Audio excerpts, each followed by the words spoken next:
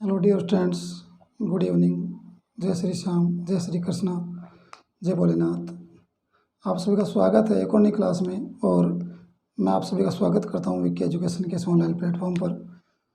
Dear students, उम्मीद करता हूँ कि आप सभी की पढ़ाई अच्छे से चल रही हो, आप सभी अच्छे से हो, सभी खुश रहो।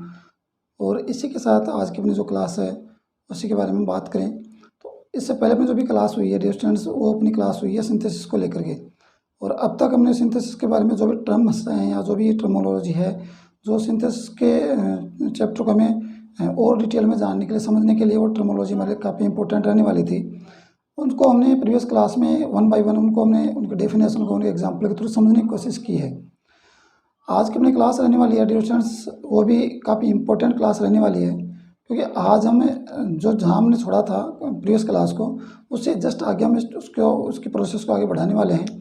क्योंकि पीछे हमने टर्म्स को काफ़ी डिटेल में जान लिया है और अभी स्टार्ट करने वाले हैं वन बाय वन अपनी जो सिंथेसिस ऑफ द सेंटेंस है, जिसकी हम बात कर सकते हैं, जिसमें सिंपल, कंपाउंड और कॉम्प्लेक्स सेंटेंस की बात करेंगे। तो उनका सिंथेसाइज हम करने वाले हैं और वन बाय वन का करने वाले हैं। तो कौन कौन से लेवल पर उनका सिंथेसिस हो सकता है।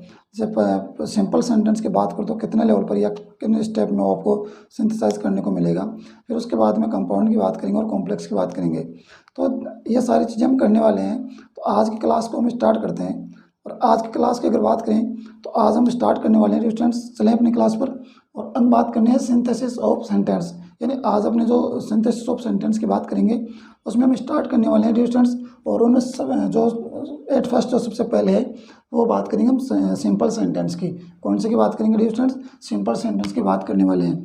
तो सिंपल सेंटेंस में अगर आपको सिंथेसिस करना है या सिंथेसाइज करना है दो सेंटेंस को, दो सेंटेंस आपके पास सेपरेट हैं, उनको आपको सिंथेसाइज करना है या उनको मर्ज करना है, तो किस किस लेवल पर आप कर सकते हैं ये जानेंगे आज की इस क्लास में। और इससे पहले कि ये सारी चीज़ें आप जानें, आपको मैं थोड़ा रिवाइज करवा देता हूँ कि सिंपल सेंटेंस है क्या। सिंपल सेंटेंस की बात करें तो वहाँ पर हमने जब टर्मिनोलॉजी को देखा था तो सिंपल सेंटेंस की हमने जो डेफिनेशन दी थी, परिभाषा दी थी, वो कुछ इस प्रकार से थी कि सिंपल सेंटेंस में हमारे पास केवल एक सब्जेक्ट रहने वाला है और एक सब्जेक्ट के साथ वहाँ पर हमारे पास एक प्रेडिकेट भी होगा। यानी कह सकते हैं कि सिंपल सेंटेंस की जो टर्म्स एंड कंडीशन है वो ये कहती है हमें कि हमारे पास सिंपल सेंटेंस में एक सब्जेक्ट रहना चाहिए और एक सब्जेक्ट के साथ उसका एक प्रेडिकेट रहना चाहिए। तो प्रेडिकेट के लिए हमें यूँ बोल सकते हैं कि वहाँ पर हमें एज ए मेन वर्ब हमारे पास एक मेन वर्ब वो रहनी चाहिए, या यूँ कहूँ कि मेन वर्ब को हम फिनिट या फिनाइट वर्ब भी बोल सकते हैं।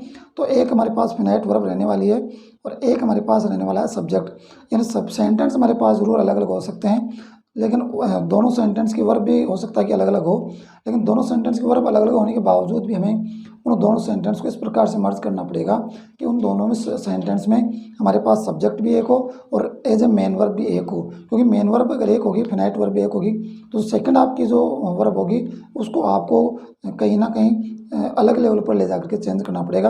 और उसको किस प्रकार से आप चेंज कर सकते हैं, किस प्रकार से एक सब्जेक्ट और एक वर्ब आप एक सेंटेंस में मर्ज करने के बाद में रख सकते हैं, इन्हीं लेवल को हम जानेंगे। तो आज आइए अपन यहाँ समझ लेते हैं। सबसे पहले बात करता हूँ सिंपल सेंटेंस। तो ध्यान रखें, सिंपल सेंटेंस को हम किस प्रकार से उसको टर्म्स को जान सकते हैं। ध्यान रखें, सबसे पहले बात करूँ तो सिंपल सेंटेंस जो है वो आपका क्या क्या इंक्लूड करता है। तो ध्यान रखें, यहाँ पर बात करेंगे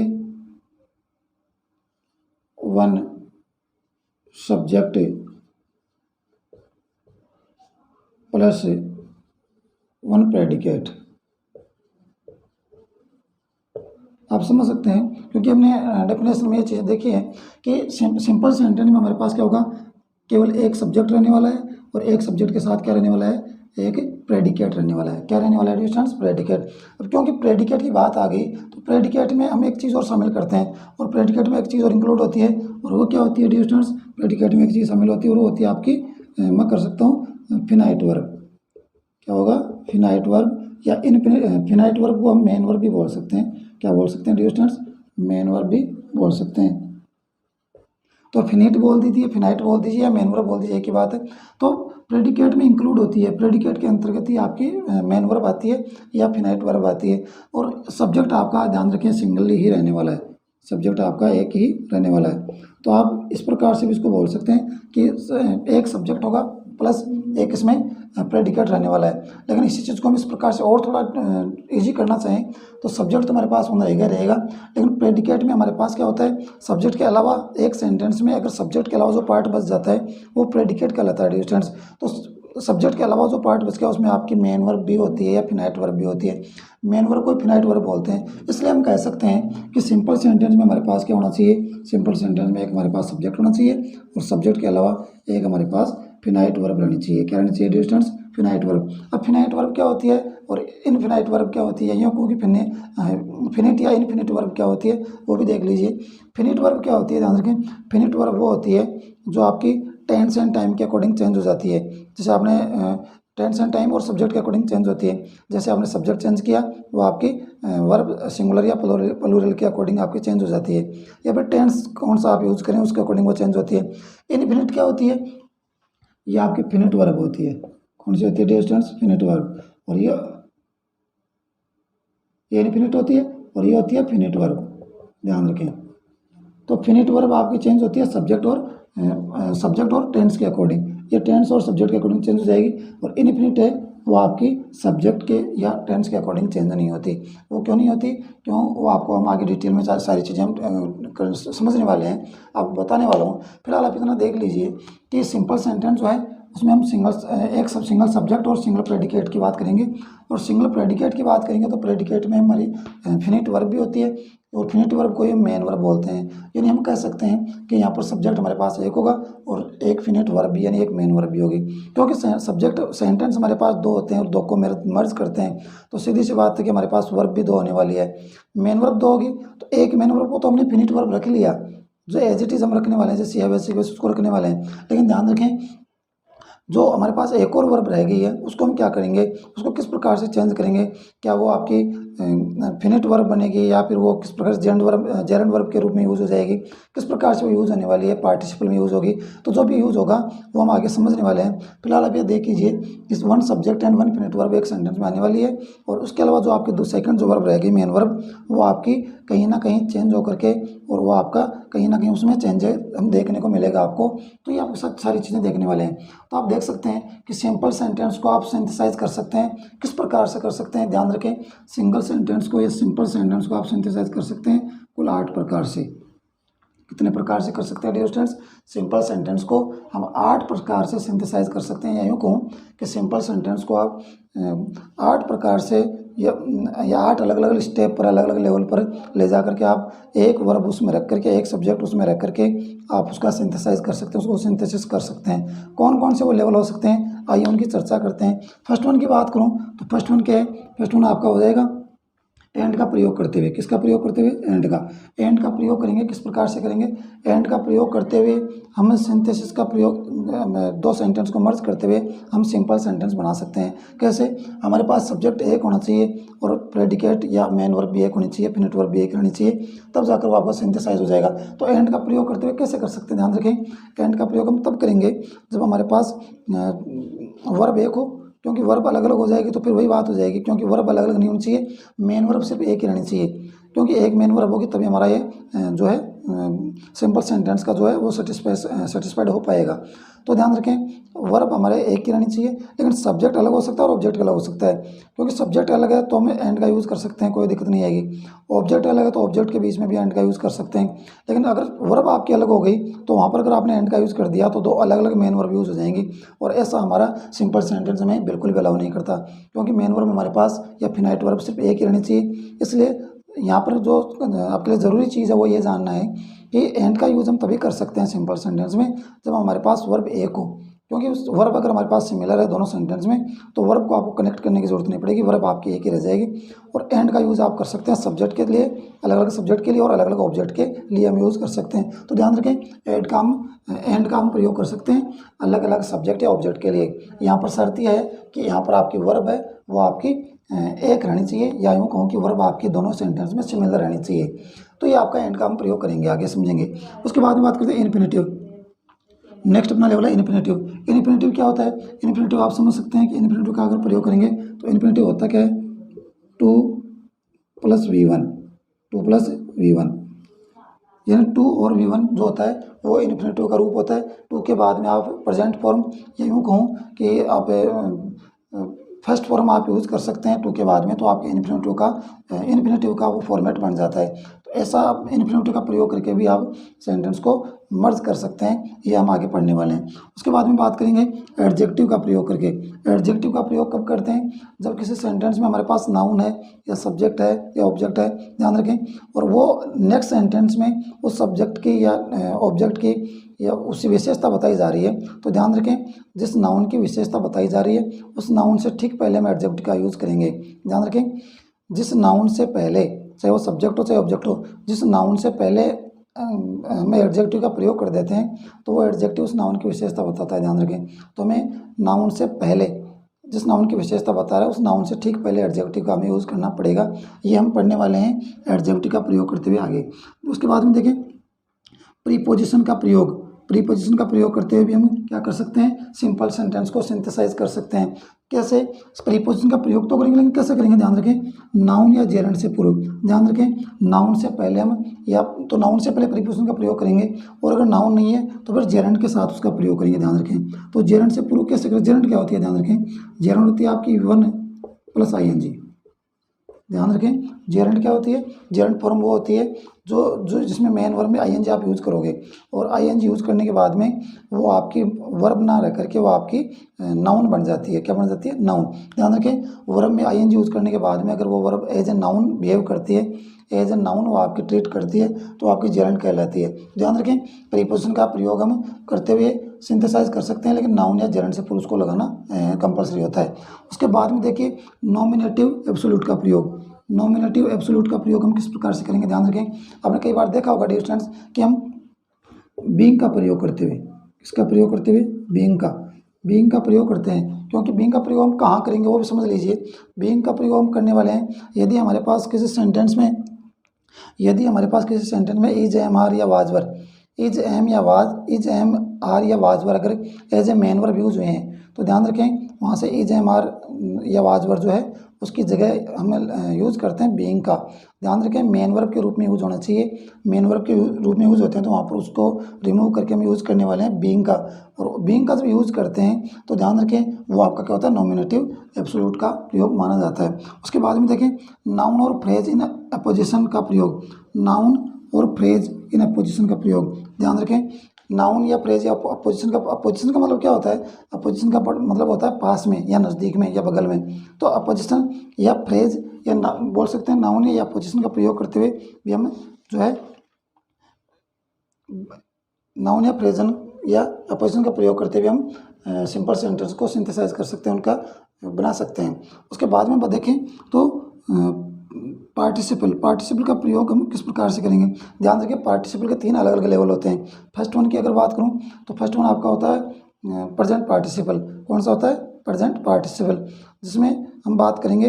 उसके बाद में नेक्स्ट की हमारा हो जाएगा पास्ट पार्टिसिपल, और लास्ट वन होता है आपका परफेक्ट पार्टिसिपल। सॉरी, लास्ट क्या होता है? परफेक्ट पार्टिसिपल होता है। तो बात करें प्रेजेंट पार्टिसिपल की, तो प्रेजेंट पार्टिसिपल में हम यूज़ करने वाले हैं डियर स्टूडेंट्स किसका? प्रेजेंट पार्टिसिपल की बात करें तो हम यूज़ करेंगे V1, और V1 के साथ में जोड़ेंगे ING, क्योंकि प्रेजेंट पार्टिसिपल में हम यूज़ करते हैं V1 + ING। V1 और ING, V1 + ING का यूज़ करेंगे। उसके बाद में पास्ट पार्टिसिपल होता है, और पास्ट पार्टिसिपल में यूज़ करते हैं V3 का। किसका यूज़ करते हैं? V3 का। और उसके बाद में परफेक्ट पार्टिसिपल होता है, तो परफेक्ट पार्टिसिपल में हम यूज़ करते हैं हैविंग + V3 का। तो ये अलग अलग लेवल हैं पार्टिसिपल के, प्रेजेंट पार्टिसिपल, पास्ट पार्टिसिपल और परफेक्ट पार्टिसिपल, तीनों के लेवल अलग हैं। उसके बाद में आती है एडवर्ब या एडवर्बियल फ्रेज का प्रयोग करते हुए। कोई भी एडवर्ब है या कोई एडवर्ब है या फिर एडवर्बियल कोई फ्रेज है, तो फ्रेज भी हो सकती है या सिर्फ एडवर्ब भी हो सकती है, तो उसका यूज़ करके भी हम जो है अपने सेंटेंस को सिंथेसाइज कर सकते हैं। ध्यान रखें, हम सिंपल सेंटेंस बना रहे हैं, और सिंपल सेंटेंस बनाने के लिए हमारे पास जो टर्म्स एंड कंडीशन वो है कि हमारे पास 2 वर्ब हैं, और 2 वर्ब हों तो ऐसी स्थिति में हमारे पास मेन वर्ब या इनफिनिट वर्ब सिर्फ एक ही रहनी चाहिए। और दूसरी जो आपकी वर्ब है उसको आप इस प्रकार से 8 अलग अलग लेवल पर ले जा करके उनको आप अलग अलग लेवल पर उसको चेंज कर सकते हैं, उसको आप उसमें बदलाव ला सकते हैं और एक फिनिट वर्ब आप रख सकते हैं। और उसके बाद में एक फिनिट वर्ब के साथ साथ में आपको एक सब्जेक्ट भी रखना पड़ेगा, यानी सब्जेक्ट भी आपका एक रहना चाहिए और फिनिट या मेन वर्ब भी एक रहनी चाहिए। ये आपका सिंपल सेंटेंस सिंथेसाइज करने का एक फॉर्मूला है। तो आई होप डियर स्टूडेंट्स की ये 8 अलग अलग लेवल हैं। एंड का प्रयोग करना, इन्फिनेटिव प्रयोग करना, इन्फिनेटिव का प्रयोग करना से आप देख सकते हो कि 2+V1 को हम इन्फिनेटिव बोलते हैं। एडजेक्टिव का प्रयोग करना, एडजेक्टिव का प्रयोग आप कहाँ करोगे, किसी भी नाउन की विशेषता बताई जाएगी और जिस नाउन की विशेषता बताएगी उस नाउन से जस्ट ठीक पहले हम एडजेक्टिव का प्रयोग करेंगे। प्रीपोजिशन का प्रयोग नाउन और जेरेंड से पूर्व, किसी भी नाउन या जेरेंड से पूर्व हम प्रीपोजिशन का प्रयोग करेंगे। जेरेंड का मतलब होता है V1 में ING आपको यूज़ करना है और V1 में ING यूज़ करने के बाद में अगर वो वर्ब आपकी एज ए नाउन बिहेव करती है तो आपकी क्या कहलाती है, जेरेंड फॉर्म कहलाती है। नॉमिनेटिव एब्सोल्यूट का प्रयोग करेंगे जिसमें हम बीइंग का यूज़ करेंगे और बीइंग का यूज़ हम कहाँ करते हैं, यदि किसी सेंटेंस में was were, is, am, are या वाज वर आपके as a main verb use होते हैं तो हम बीइंग का प्रयोग करते हैं। उसके बाद में बात करते हैं नाउन और फ्रेज इन अपोजिशन का प्रयोग, यानी अगल बगल या पास के अर्थ में हम इसका प्रयोग हम करने वाले हैं। पार्टिसिपल का प्रयोग, पार्टिसिपल आपके 3 अलग अलग लेवल पर होते हैं। प्रेजेंट पार्टिसिपल जिसको V1 + ING बोलते हैं, उसके बाद में पास्ट पार्टिसिपल जिसको V3 या पास्ट पार्टिसिपल बोलेंगे। उसके बाद में लास्ट वन होता है आपका परफेक्ट पार्टिसिपल जिसमें हैविंग + V3 होता है। तो ये अलग अलग लेवल पर होते हैं। उसके बाद में बात करेंगे एडवर्ब या एडवर्बियल फ्रेज का प्रयोग करते हुए, कोई भी एडवर्ब हो सकती है या फिर कोई एडवर्बियल वर्ड हो सकता है, तो उसका यूज़ करते हुए भी हम सिंथेसाइज कर सकते हैं किसी सिंपल सेंटेंस को। तो आई होप डियर स्टूडेंट्स कि ये जो सिंथेसिस करने की 8 अलग अलग लेवल पर सिंपल सेंटेंस को, ये प्रोसेस आपको समझ में आ गई होगी। अब हम बात करेंगे 1 बाय 1 एक एक को इनको समझने की और 1 बाय 1 इन एक एक के एग्जाम्पल करने की, ताकि आपको समझ में आए कि किस प्रकार से हम सेंटेंसेस को कर सकते हैं, किस प्रकार से इनको हम समझ सकते हैं। आइए लेते हैं एक एक को और एक एक को हम समझने की कोशिश करते हैं। सबसे पहले अगर बात करें तो सबसे पहले अपने जो प्रोसेस से स्टार्ट करेंगे वो करने वाले हैं एंड से। तो फर्स्ट अपना जो वर्ड है वो अपना क्या है, एंड। एंड का प्रयोग हम कहाँ करेंगे वो ऑलरेडी मैंने आपको बता दिया है, एक बार दोबारा देखिए। एंड का हम प्रयोग करने वाले हैं जब जब वाक्यों में वर्ब सिमिलर हो। क्या होनी चाहिए, वर्ब सिमिलर होनी चाहिए। अब कंप्लीट सेंटेंस में देख लीजिए आप एग्जाम्पल में कि वर्ब आपके सेम मिलने वाली है। तो दोनों वाक्यों में या जो भी वाक्य है हमारे सेंटेंस में वर्ब सिमिलर होगी तथा सब्जेक्ट या ऑब्जेक्ट अलग है।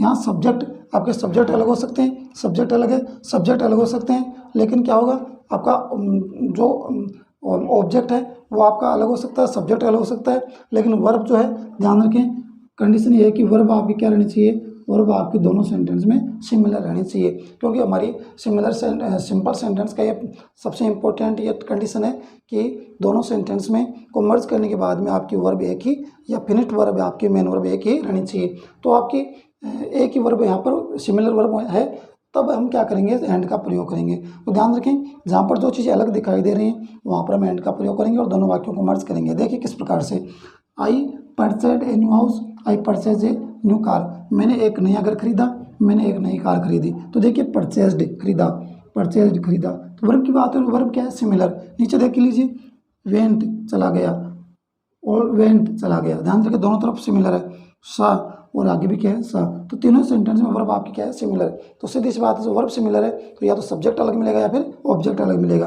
तो जो भी आपको अलग चीज़ें मिल रही हैं उनके बीच में एंड का यूज़ करने वाले हैं और दोनों सेंटेंस को कंप्लीट करने वाले हैं, या यूँ कहें कि दोनों को मर्ज करने वाले हैं।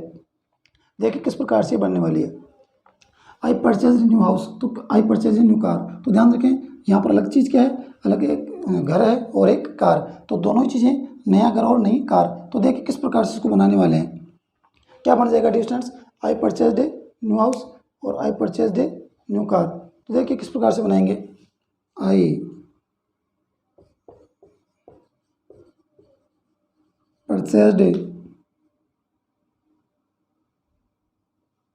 ए new house and a new car. अब देख लीजिए, I purchase a new house and a new car. ध्यान रखें हमने वर्ब सिमिलर रखी है, तो वर्ब सिमिलर रखी है तो दोनों में से एक वर्ब आपकी चूज कर ली जाएगी, एक वर्ब आप दोनों में से एक लिख दी जाएगी और बाकी चीज़ें एज इट इज़ यहाँ पर हैं। आई purchase a new house and a new car, मैंने एक नया घर और एक नई कार खरीदी। ध्यान रखें एंड का प्रयोग करते हुए हमने दोनों सेंटेंस को कंबाइन कर दिया है। अब देखिए शर्त ये थी कि दोनों सेंटेंस में मेन वर्ब एक रहनी चाहिए, तो मेन वर्ब एक है, एक आगे आपकी, और प्रेडिकेट भी एक रहना चाहिए। तो देखिए सब्जेक्ट आपका ये है और सब्जेक्ट एक है, तो उसके बाद में आगे की जो चीज़ें वो प्रेडिकेट के अंदर आ गई। कहने का मतलब प्रेडिकेट एक है यानी सब्जेक्ट एक है और प्रेडिकेट भी क्या है, एक है, तो सारी चीज़ सेटिस्फाइड है। नेक्स्ट में देखिए Manu went to Canada, her brother also went to Canada. तो देखिए किस प्रकार से बनेगा, यहाँ पर अलग क्या है, मनु और हर ब्रदर, तो दोनों को आप ऐड कर दीजिए, Manu and her brother went to Canada,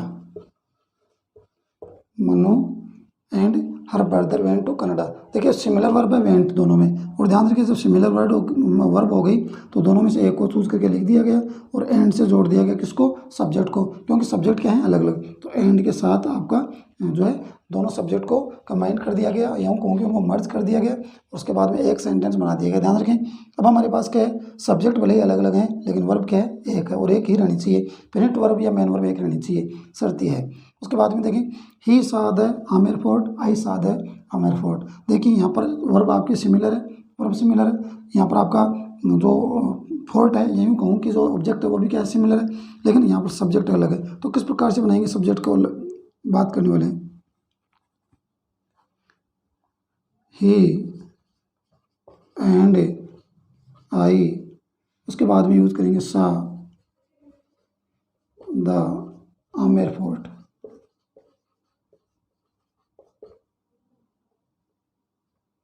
क्या हो जाएगा स्टूडेंट्स, ही एंड आई, यहाँ से आपकी सिमिलर जो वर्ब है वो क्या है, स, तो एक बार चूज कर लिया गया, अलग क्या है, ही एंड आई, तो दोनों के बीच में एंड का प्रयोग कर दिया गया, इसका प्रयोग कर दिया गया एंड का, और द आमिर फोर्ट, तो द आमिर फोर्ट आपका एज इट इज लिखा गया है।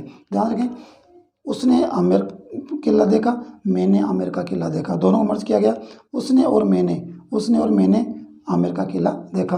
तो आई होप कि एंड का जो यूज है वो आपके सामने है, एंड का प्रयोग आप समझ गए होंगे कि किस प्रकार से एंड का प्रयोग हम कर सकते हैं या किस प्रकार से उसको यूज हम कर सकते हैं। तो आई होप कि ये चीज़ आप समझ गए होंगे। एक बार दोबारा देखिए, एंड का प्रयोग पढ़ रहे हैं, जब वाक्यों में वर्ब सिमिलर हो तो हम एंड का प्रयोग करेंगे, लेकिन सब्जेक्ट या ऑब्जेक्ट अलग हो सकते हैं, तो सब्जेक्ट या ऑब्जेक्ट जो अलग है उनके बीच में एंड का प्रयोग करने वाले हैं।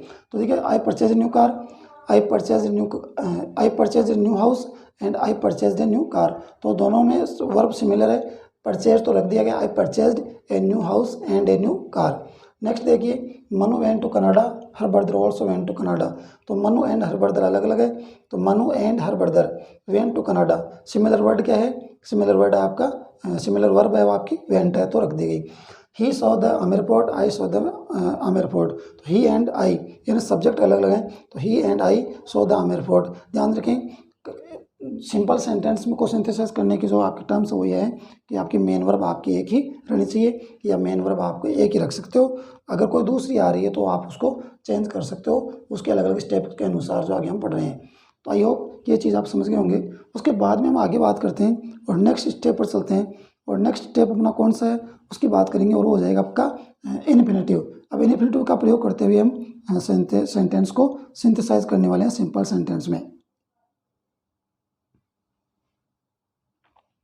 सिंथेसाइज करने की जो अब नेक्स्ट स्टेप है वो डियर स्टूडेंट्स, और नेक्स्ट स्टेप में बात करने वाले हैं एंड के बाद में इन्फिनेटिव वर्ब की।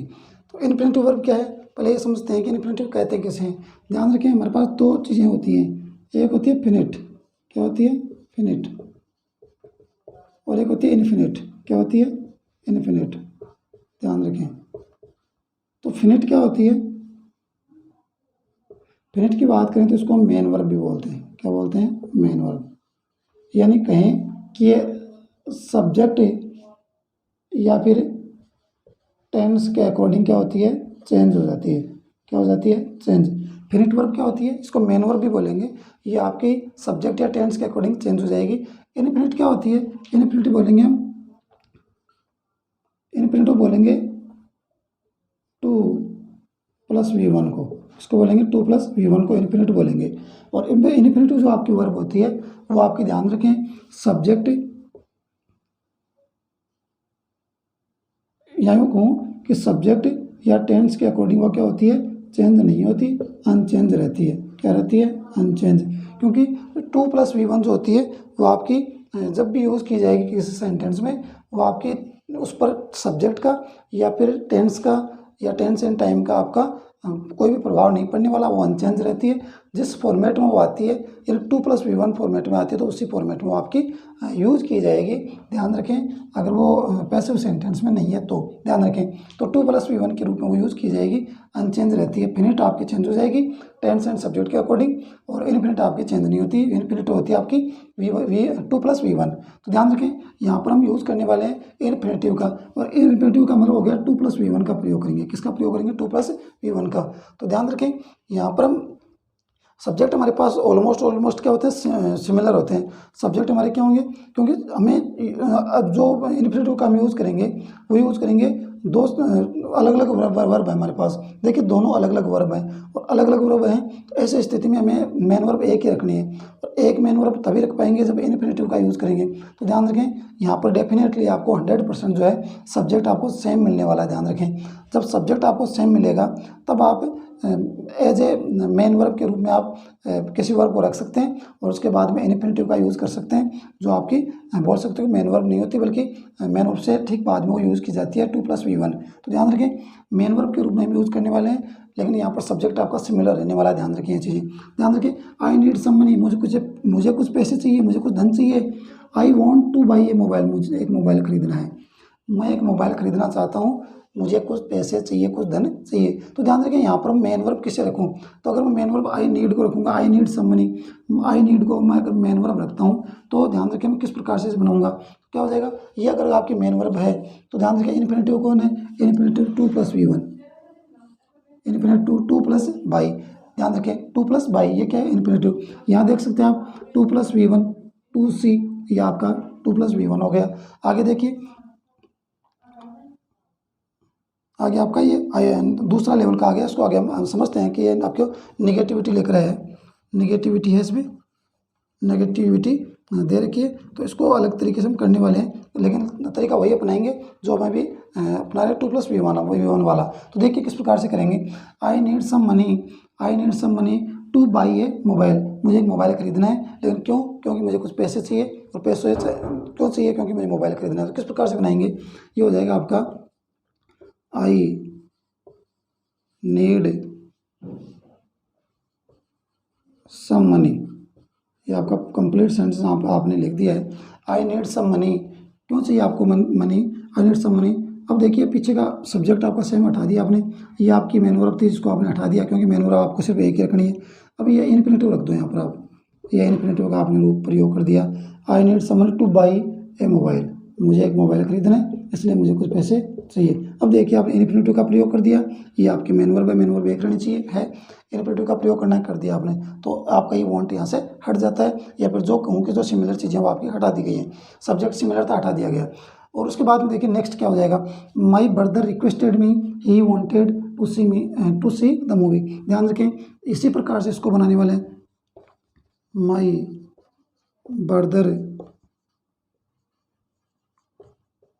Requested me to see the movie. ध्यान रखें, my brother requested me to see the movie, यानी यहाँ पर मेन वर्ब आपकी कौन रिक्वेस्टेड है, यहाँ से आपने वांटेड को हटा दिया जिसके आपने ऊपर हटाया था, और इनफिनिटिव का प्रयोग करते हुए आपने टू या इनफिनिटिव 2+V1 का प्रयोग करते हुए आगे द मूवी को ऐड कर दिया। तो ये इनफिनिटिव का हम प्रयोग कर रहे हैं, लेकिन ध्यान रखें सिमिलर सब्जेक्ट आपको मिलेगा तभी आप ऐसा कर पाओगे, वरना ऐसा नहीं होगा, ये आप ध्यान रखें। इसके बाद में देखिए ही इज़ वेरी पुअर, ये अलग लेवल का, ध्यान रखें। इसमें आप जब किसी सेंटेंस में आपको इनफिनिटिव का प्रयोग करना हो, और ऐसे में अगर नेगेटिविटी दिखा रखी है, क्या दिखा रखी है, नेगेटिविटी देख सकते हैं आप, नेगेटिव के नॉट, ध्यान रखिए नॉट का प्रयोग किया है, नेगेटिव सेंटेंस बना दिया गया।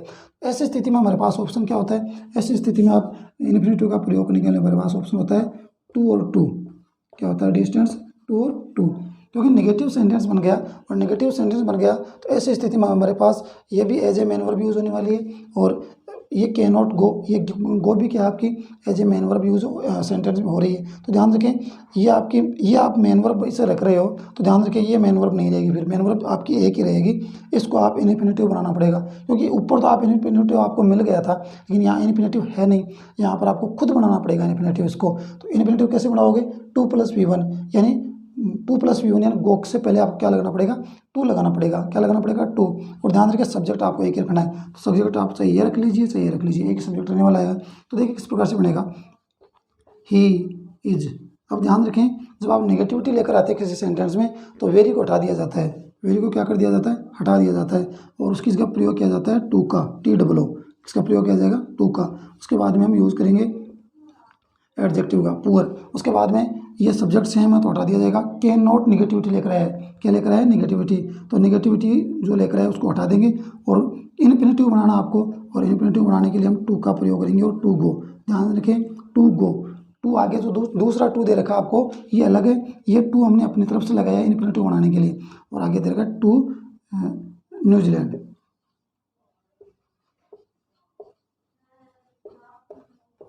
अब देखिए दोबारा इस चीज़ को कि he is very poor, he can not go to New Zealand, वह न्यूजीलैंड नहीं जा सकता क्योंकि वो क्या है, गरीब है। He is the poor, he is too poor. ध्यान रखें नेगेटिविटी दर्शा रहे हैं, और नेगेटिविटी दर्शाने के लिए हमारे पास क्या है, वेरी किस जगह हम यूज़ करने वाले हैं, टू को, और जहाँ फुल स्टॉप आपने यूज़ किया है वहाँ से हम फुल स्टॉप जहाँ लगा रखा वहाँ से आगे की जो चीज़ें हैं, सिमिलर जो चीज़ें हैं, ही है या कैन नॉट है, वो चीज़ें आपकी हटा दी जाएंगी, क्योंकि हमें इन्फिनेटिव बनाना है, और इन्फिनेटिव बनाने के लिए हम गो से पहले या मेन वर्ब से पहले क्या लगा रहे हैं, टू, अपनी तरफ से लगा दिया। डियर स्टूडेंट्स, ऊपर के जो वाक्य हैं दोनों, ऊपर के दोनों एग्जाम्पल में आपको इन्फिनेटिव कंप्लीट मिल गई थी टू लगा करके, यहाँ मिली नहीं, आपको लगाना पड़ेगा।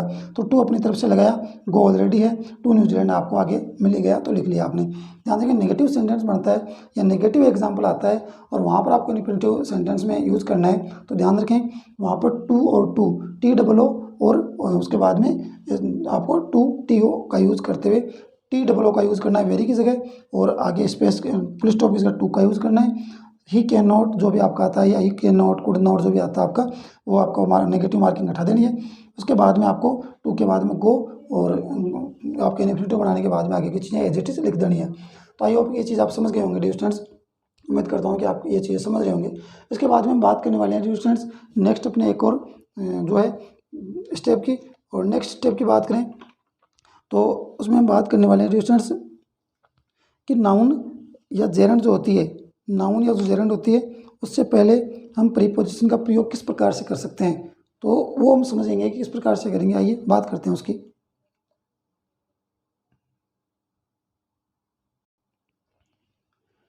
इसके बाद में बात करते हैं डियर स्टूडेंट्स सिंपल जो अपना अभी बात कर रहे हैं हम, सिंपल जो सेंटेंस है उसमें सिंथेसाइज करने की प्रोसेस किस प्रकार से हम कर रहे हैं। तो ऑलरेडी हम पढ़ चुके हैं कि इन्फिनेटिव और एंड से किस प्रकार से सेंटेंस हम बना सकते हैं। उसके बाद में बात करते हैं डियर स्टूडेंट्स अभी जो रिसेंट में अपने जो 3rd नंबर का जो स्टेप है वो है नाउन या जेरेंड से पूर्व प्रीपोजिशन का प्रयोग करते हुए, यानी नाउन से पहले हम प्रीपोजिशन का प्रयोग कर सकते हैं, या फिर कोई जेरेंड फॉर्म भी हो सकती है, तो जेरेंड फॉर्म से भी पहले हम जो है प्रीपोजिशन का प्रयोग कर सकते हैं। तो जेरेंड के बारे में आपको ऑलरेडी बता दिया, एक बार फिर बता देते हैं कि जैसे बात करें जेरेंड क्या होती है, तो जेरेंड बात करें तो V1 में ING क्या हो जाएगा, V1 में ING।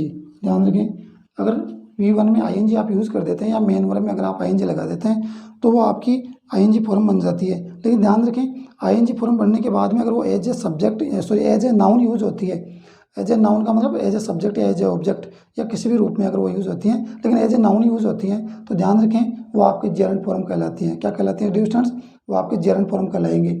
और प्रीपोजिशन का मतलब आप जानते हैं किसी भी नाउन से पहले यूज हो जाएगा वर्ड, ऐसा वर्ड जो आपका किसी नाउन से पहले यूज होगा और उस नाउन की स्थिति या उसकी अवस्था बताएगा कि वो किस रियल स्थिति में वो है, कि कहीं ऊपर है, कहीं नीचे, अगल बगल में, दाएं बाएं, जो भी स्थिति होती है वो स्थिति बताएगा, वो आपका प्रीपोजिशन वर्ड होता है। तो वो चीज़ें हम पढ़ने वाले हैं। तो नाउन या जेरेंड से पूर्व प्रीपोजिशन का प्रयोग करते हुए भी हमें कुछ सेंटेंस को सिंथेसाइज कर सकते हैं। ध्यान रखें तो फर्स्ट एग्जाम्पल की बात करें तो किस प्रकार से बनने वाला है, ध्यान रखें।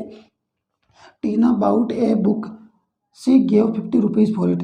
टीना ने एक बुक खरीदी, टीना ने क्या खरीदी, एक बुक खरीदी।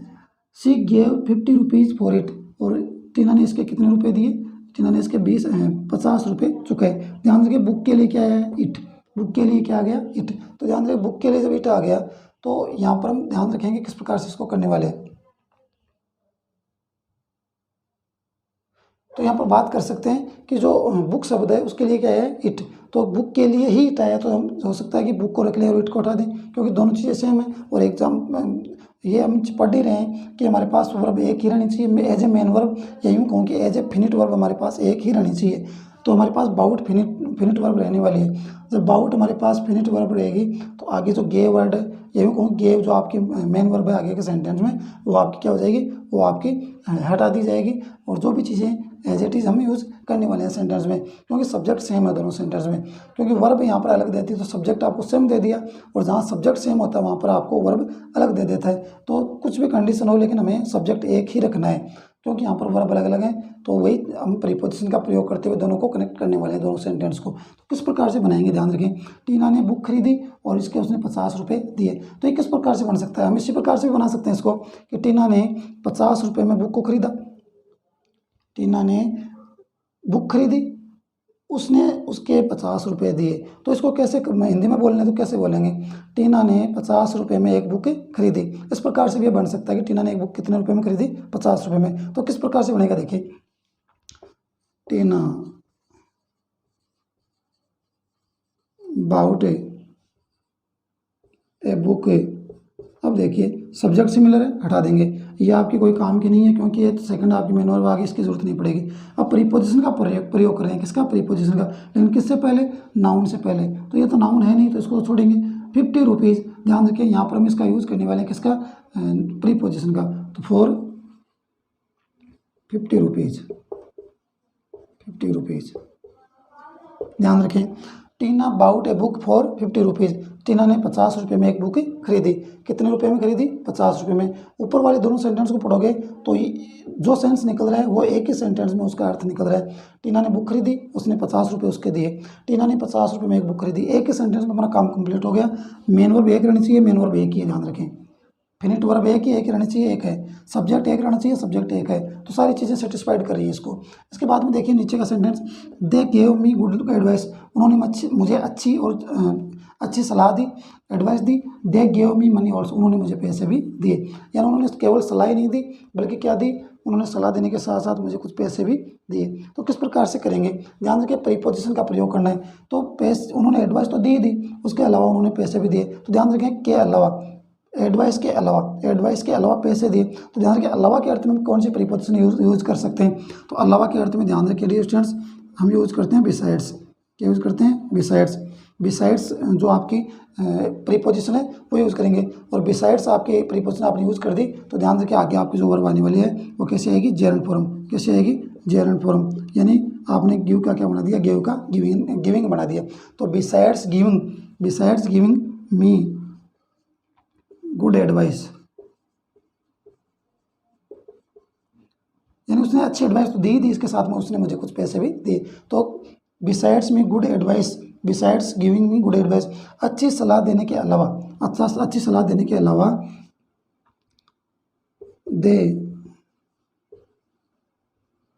Gave me money.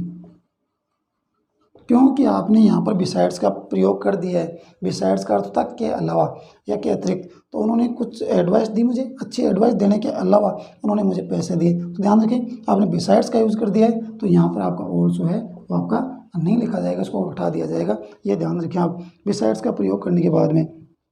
इसके बाद में देखें नेक्स्ट एग्जाम्पल इसी प्रकार से हम करने वाले हैं।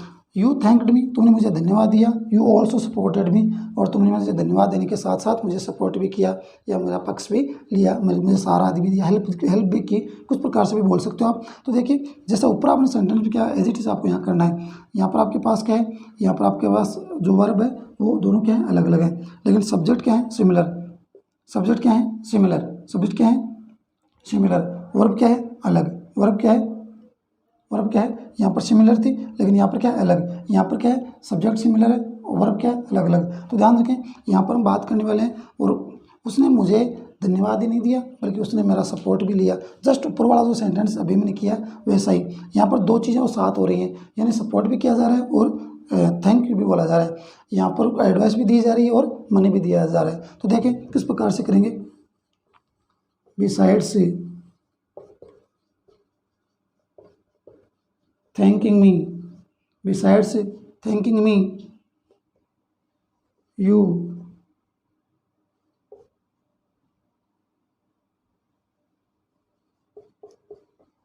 सपोर्टेड। देखिए रिलेशन क्या हो गया, besides thanking me, besides thanking me you supported, और आगे क्या दे रखा है, मी। देखिए यू थैंक्ड मी, तुमने मुझे धन्यवाद दिया, यू ऑल्सो सपोर्टेड मी, तुमने मुझे सपोर्ट भी किया। तो बिसाइड थैंकिंग मी, मुझे धन्यवाद देने के अलावा यू सपोर्टेड मी, तुमने मुझे सपोर्ट भी किया, मेरा पक्ष भी लिया। ध्यान रखें, आप इस प्रकार से यूज़ कर सकते हैं, समझ सकते हैं इन चीज़ों को। तो आई होप कि ये चीज़ आप समझ गए होंगे कि नाउन या जेरंड से पहले प्रीपोजिशन का प्रयोग करते हुए भी हम जो है सिंथेसाइज कर सकते हैं। एक बार दोबारा देख लीजिए, नाउन या जेरंड से पूर्व प्रीपोजिशन का प्रयोग करते हुए हम सिंथेसाइज कर सकते हैं सिंपल सेंटेंस में।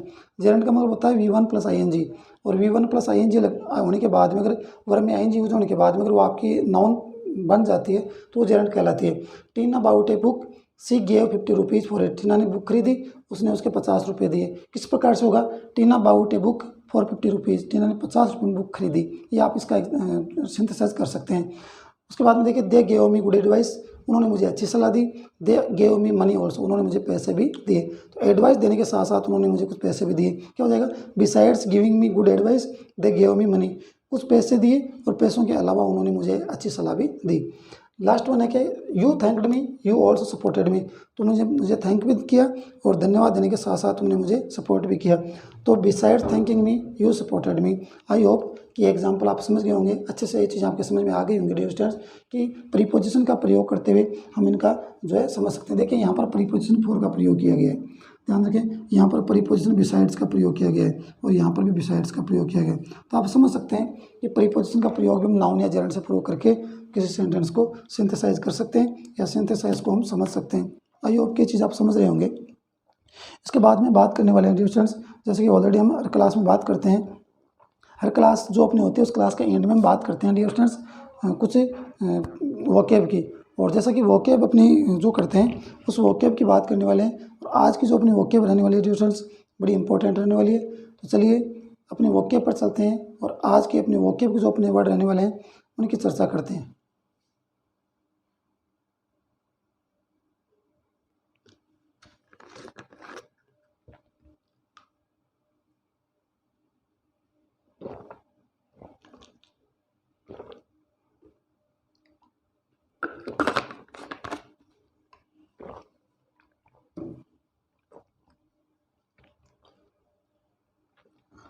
देखिए स्टूडेंट्स, अब हम बात करने वाले हैं, जैसा कि हर क्लास में बात करते हैं अपनी वोकेब की, और अब हम पहुंच गए अपनी वोकेब पर।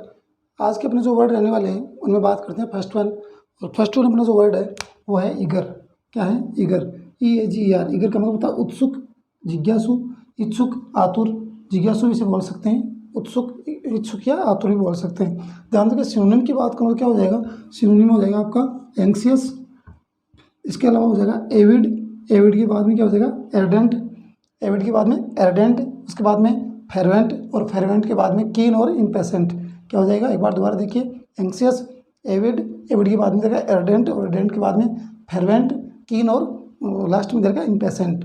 इम्पेशेंट के बाद में देखिए नेक्स्ट एंटोनिम पर चलते हैं, और एंटोनिम में क्या है, एपेथेटिक। क्या है, एपथेटिक, और एपेथेटिक के बाद में दे रखा है इम्पेसिव। क्या दे रखा है, इम्पेसिव। एपेथेटिक के बाद में दिया इम्पेसिव, और इम्पेसिव के बाद में दे रखा है अनएम्बिशियस।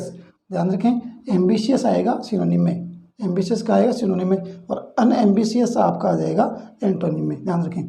उसके बाद में देखिए असेंट्रिक। असेंट्रिक वर्ड का अर्थ क्या होता है, विचित्र या सनकी। जो सनके स्वभाव के जो लोग होते हैं या सनके स्वभाव के जो व्यक्ति होते हैं उनको कहा जाता है असेंट्रिक, और विचित्र भी उनको हम बोल सकते हैं। ध्यान रखें, अजीब बोल सकते हैं, स्ट्रेंज बोल सकते हैं, उनको एबनॉर्मल बोल सकते हैं। ध्यान रखें। तो सिनोनिम की बात करें क्या हो जाएगा, एबनॉर्मल। क्या हो जाएगा, एबनॉर्मल। उसके बाद बात करें कैप्रिसियस। क्या हो जाएगा, कैप्रिसियस। सनकी विचित्र को कैप्रिसियस भी बोलते हैं, ध्यान रखें। उसके बाद में इरेटिक। इरेटिक के बाद में देगा फ्रीकिस। क्या देगा, फ्रीकिस, FREAKISS, फ्रीकिस हो जाएगा। उसके बाद देगा पेसुलियर। पेसुलियर के बाद में देगा क्वीर। क्वीर उसके बाद में दे रखा आपको स्ट्रेंज और अनकॉमन। देखिए दोबारा, एबनॉर्मल, कैप्रिसियस, इरेटिक, फ्रेकिस, पेसिलियर, फेस्टिलियर के बाद में दिया आपको क्विर, स्ट्रेंज और लास्ट वन दे रखा आपको अनकॉमन। उसके बाद में देखिए एंटोनिम की अगर बात करें तो एंटोनिम में क्या हो जाएगा डिस्टेंस, एबनॉर्मल का हो जाएगा नॉर्मल।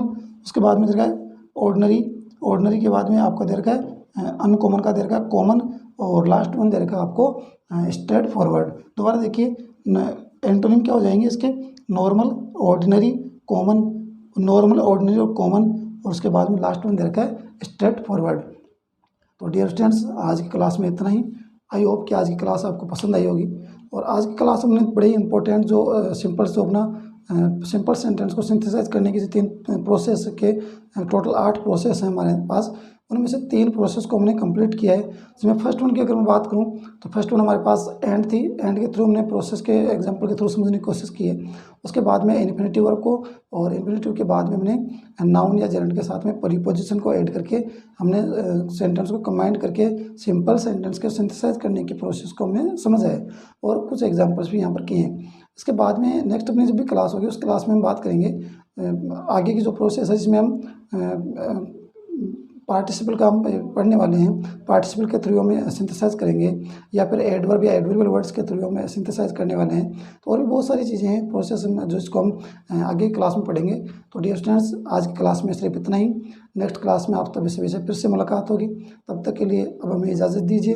नेक्स्ट क्लास तक के लिए जय श्री श्याम, जय माँ Karni, good night. Thank you so much for watching this class. Be safe and keep smiling for ever.